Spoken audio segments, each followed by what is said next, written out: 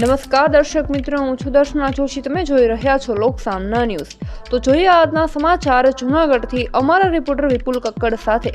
તારીખ 12/4/2026 આજરોજ આમ આદમી પાર્ટી એસસી સેલના અધ્યક્ષ શ્રી ધીરુભાઈ ગોહેલે તેમની સમગ્ર ટીમ સાથે કોંગ્રેસ પાર્ટીમાં જોડાયા.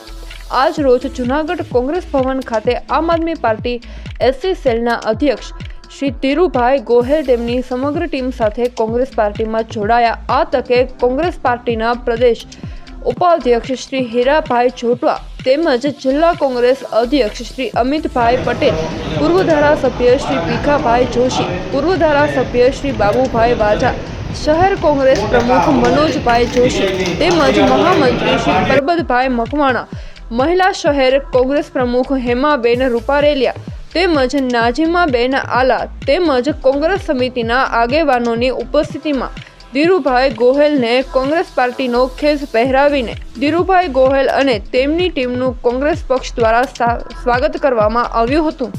આજ રોજ અમારા પ્રદેશ ઉપાધ્યક્ષ શ્રી આદરણીય હીરાભાઈ જોટવાના વરદ હસ્તે આમ આદમી પાર્ટીના જૂનાગઢ જિલ્લા એસસી સેલના અધ્યક્ષ સન્માનની ધીરુભાઈ ગોહેલને ખેસ પહેરાવી અને પાર્ટીમાં સ્વાગત કરવામાં આવેલું. ધીરુભાઈ ગોહેલને અમારે વર્ષોથી પારિવારિક નાતો છે.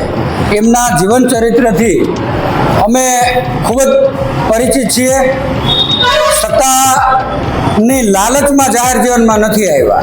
આજે આમ આદમી પાર્ટી છોડી અને કોંગ્રેસ પણ એમને ટિકિટ દેવા તૈયાર હતી. 7 તારીખે એમણે આમ આદમી પાર્ટી છોડી.